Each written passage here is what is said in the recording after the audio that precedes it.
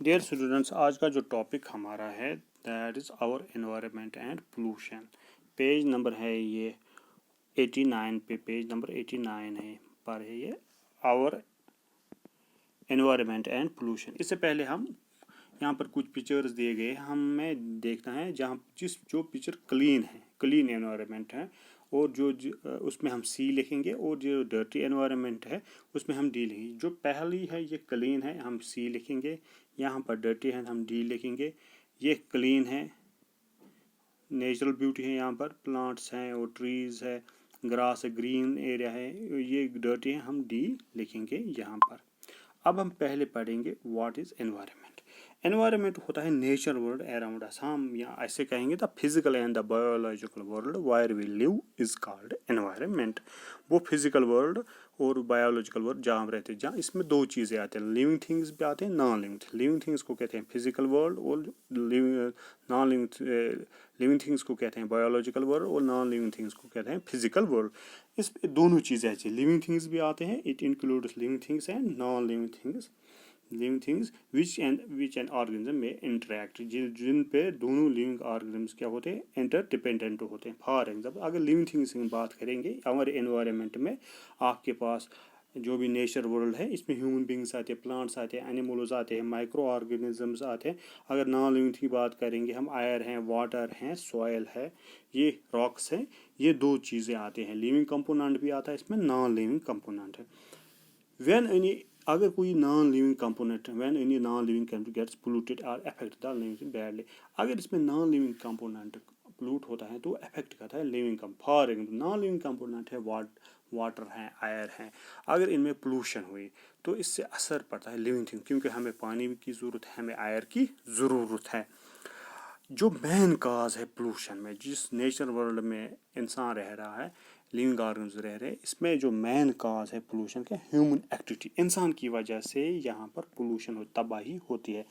दस all living and non living are interdependent. मैंने आपको कहा जो इस पे दोनों चीज़ें पाई जाए, लिविंग एंड नॉन, हमें दोनों की ज़रूरत है। लिविंग कंपोनेंट की भी ज़रूरत है, हमें प्लांट्स की भी ज़रूरत है, हमें नॉन लिविंग कंपोनेंट की भी ज़रूरत है, एयर की भी ज़रूरत है, वाटर की भी। इसीलिए living and non living thing जो एनवायरनमेंट में रहते हैं वो डिपेंडेंट ऑन ईच अदर। जिस तरीके से हम ऑक्सीजन लेते हैं, वापस कार्बन डाइऑक्साइड देते हैं प्लांट्स को, वो फोटोसेंस करते हैं, फिर वो ऑक्सीजन वापस देते हैं और हमारे लिए फूड भी बनाते हैं। और आप देखेंगे इसमें ये था अबाउट एनवायरनमेंट, वो होता है वो नेचर वर्ल्ड जहाँ हम रहते हैं, इसमें लिविंग कंपोनेंट भी हैं, नॉन लिविंग थिंग्स भी हैं। अब देखेंगे हम पोल्यूशन जो जिस एनवायरनमेंट में हम रहते हैं ये साफ़ सुथरा होना चाहिए। अगर इसमें कोई ख़राबी हो, डर्टी हो या ख़राबी हो इसमें, ये अगर हम कहेंगे इसमें कोई ख़राबी आ जाए, डर्टी एनवायरनमेंट होगा ये इंसान की वजह से, due to some unwanted and harmful substance, तो हम पर भी असर। अगर हवा में कोई अनडिज़ायरेबल चेंज हो, एयर पोल्यूशन, तो हमें बीमारी हो सकती है, या वाटर में तो इंसान में बीमारियां हो सकती हैं, कॉलरा डिजीज़, जॉइंट डिजीज़ हो सकती है। अब देखेंगे एनवायरनमेंट पोल्यूशन क्या है। अगर हम देखेंगे undesirable change, addition of unwanted and harmful substance to the environment, that change it's quality is called pollution. जिसकी वजह से हार्मफुल सब्सटेंस जो ऐड होते हैं, जिस तरह स्मोक होता है, ये स्मोक जो डस्ट होता है, इससे एयर पोल्यूशन होता है। अगर हम वेस्टेज डालते हैं पानी में तो वाटर पोल्यूशन होता है। The substance that cause pollution are called pollutants. जो सब्सटेंस पोल्यूशन करते हैं इनको कहते हैं पोल्यूटेंट्स कहते हैं। इसमें जो होता है सॉलिड वेस्ट होता है, स्मोक होता है, टार होता है, डस्ट होता है, डोमेस्टिक वेस्ट होता है, या गैसेस होते हैं, carbon dioxide monoxide, nitrogen oxide, metals, lead, zinc, iron और क्रोमियम, इंडस्ट्रियल वेस्टेस, बेंजीन होता है, साइनाइड होता है, जहरीले गैस होते हैं, पेस्टिसाइड्स, हर्बिसाइड्स, फंगिसाइड्स, फर्टिलाइजर्स। ये कुछ चीज़ें हैं जिनकी वजह से ये इनको कहते हैं पोल्यूटेंट, जो हमारे एनवायरनमेंट को पोल्यूट करते हैं उसको कहते हैं पोल्यूशन, उस प्रोसेस को कहते हैं पोल्यूशन। जो पोल्यूशन है ये बिगेस्ट एनवायरनमेंट प्रॉब्लम आजकल जो मैनकाइंड टुडे, आजकल जो बड़ी प्रॉब्लम है दैट इज़ द पोल्यूशन। इसीलिए हम हर साल को 5 जून जो होता है एनवायरनमेंट डे, 5 जून जो होता है हम इसको as a environment day celebrate करते हैं। इसमें हम अवेयरनेस करते हैं अबाउट एनवायरनमेंट प्रॉब्लम्स, क्योंकि अगर एनवायरनमेंट पर प्रॉब्लम है तो हम पर डायरेक्टली इफेक्ट पड़ता है। अब हम देखें there are 4 main kinds of pollution है, 4 मेन काइंड्स है। कौन कौन जिनकी वजह से इंसान पर असर पड़ा है। पहला है एयर पोल्यूशन है, वाटर पोल्यूशन है, नॉइज़ पोल्यूशन, शोर ज़्यादा होना, या सॉइल पोल्यूशन जिस पे हम प्लांट्स लगाते हैं, सॉइल में चेंज, अनडिज़ायरेबल चेंज होना, ये 4 पोल्यूशंस हैं। अब हम पहला पढ़ेंगे एयर पोल्यूशन। पहले हम देखेंगे व्हाट इज़ एयर पोल्यूशन। जो धुआं निकलता है, smoke from vehicles, toxic gas from industries, garbage mixed with the air and polluted, जो स्मोक धुआं वगैरह निकलता है टॉक्सिक गैस इंडस्ट्री से, इससे हवा जो होती है ये पोल्यूट हो जाता है। एयर पोल्यूशन से बहुत से डिजीज़ होते हैं। इसमें होता है पहला लंग कैंसर होता है, अस्थमा होता है, कॉफिंग, थ्रोट इरिटेशन होता है, watering of eyes, breathing problem. It can also cause the following, और कुछ चीज़ें हो सकती है। इससे रेस्पिरेटरी प्रॉब्लम ज़्यादा होती हैं। पहला जो होता है एसिड रेन हो सकता है। एसिड जो रेन जो हार्मफुल गैस है, नाइट्रोजन ऑक्साइड, सल्फर ऑक्साइड, जो रिलीज होते हैं atmosphere during fossil burning of fossil. जब ये आसमान पर चले जाते हैं, हम ऐसे कहेंगे शॉर्ट में, ऊपर चले जाते हैं क्लाउड्स में, ये मिक्स हो जाते हैं। सल्फर डाइऑक्साइड जो होता है, ये जो निकलता है, ये मिक्स हो जाता है वाटर वेपर्स के साथ। जो किस्म कहाँ पर होता है, बादलों में होता है, क्लाउड्स के साथ जब मिक्स होता है। ये सल्फर डाइऑक्साइड इंडस्ट्रीज में निकलता है, सल्फर डाइऑक्साइड SO2 कहेंगे हम।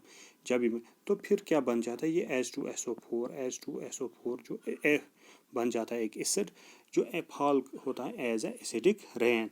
जब ये बारिश पड़ती है तो एसिड रेन, जब ये एसिड ग्राउंड में पड़ जाता है तो एसिड रेन से डैमेज होता है, ह्यूमन बीइंग्स को भी हो जाएगा डैमेज, और किनको, एनिमल्स को और क्रॉप्स को, दोनों को डैमेज हो सकता है इस एसिड रेन। इसीलिए हमें एसिड रेन जो है, इंडस्ट्रियल जो धुआं निकलता है, हमें इन पर कंट्रोल करना चाहिए। इस एसिड रेन से बहुत तबाही होते हैं। यहाँ ग्लोबल वार्मिंग हो सकती है। दूसरा जो है global warming means temperature rise होना अर्थ पर, एटमॉस्फेयर। इससे कि जब ये कार्बन जो डाइऑक्साइड निकलता है ज़्यादा हो, 0.3% 0.03% है कार्बन डाइऑक्साइड 0.03%। अगर ये ज़्यादा होगा एटमॉस्फेयर, हमारे एटमॉस्फेयर में अगर ये ज़्यादा होगा तो इससे क्या, global warming, rise in temperature बढ़ जाएगा। इससे क्या, जब ये टेम्परेचर बढ़ जाएगा कार्बन डाइऑक्साइड की वजह से, इस कार्बन डाइऑक्साइड में एक खुसूसियत है, ये ट्रैप करता है हीट फ्रॉम द सन, और अर्थ का जो टेम्परेचर है उसको बढ़ाता है। अगर ये सन से रेडिएशंस आती है अर्थ पर, अगर ये अर्थ है, अगर ये सन है, ये अर्थ है, अगर ये इस पर जब रेडिएशन पड़ते, ये आने देती है रेडिएशंस को, मगर बाहर वापस नहीं छोड़ती है।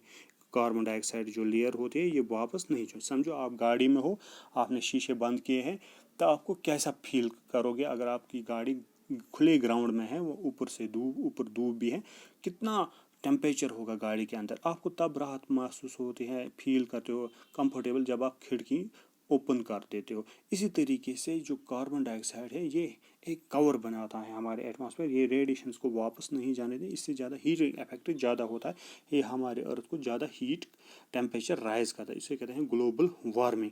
जब ज़्यादा टेम्परेचर हो जाएगा तो जो ग्लेशियर्स होंगे वो मेल्ट हो जाएंगे, फ्लड्स आएंगे।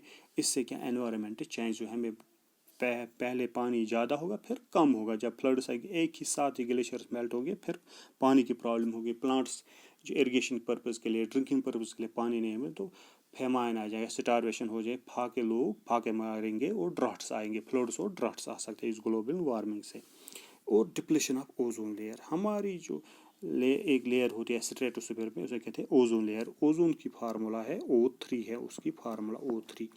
ये स्ट्रेटोस्फीयर में प्रेजेंट होते हैं, प्रेजेंट है ओजोन लेयर, एक शील्ड है ये ओजोन लेयर। जब सन से जब रेज निकलती है, अल्ट्रावायलेट जो हमारे अर्थ पर पड़ती है, तो ये इनको रोकती है। अल्ट्रावायलेट रेज से स्किन कैंसर, हार्मफुल रेडिएशंस होते हैं अल्ट्रावायलेट रेज, इससे क्या हो जा सकता है, स्किन कैंसर हो सकता है और आई रिलेटेड प्रॉब्लम। तो ये हमें इनसे बचाता है, जो ओजोन लेयर है ये हमें बचाता है अल्ट्रावायलेट रेज से, यहाँ स्किन कैंसर हो सकता है। ये कुछ डिप्लेशन हुई है ओजोन लेयर में क्योंकि ह्यूमन एक्टिविटीज़, ये यहाँ पर कुछ गैस होते हैं CFC कहते हैं इनको, इनकी वजह से ये डिप्लेशन ऑफ ओजोन लेयर होता है, डिप्लेशन ऑफ ओजोन लेयर। कल हम पढ़ेंगे वाटर पोल्यूशन।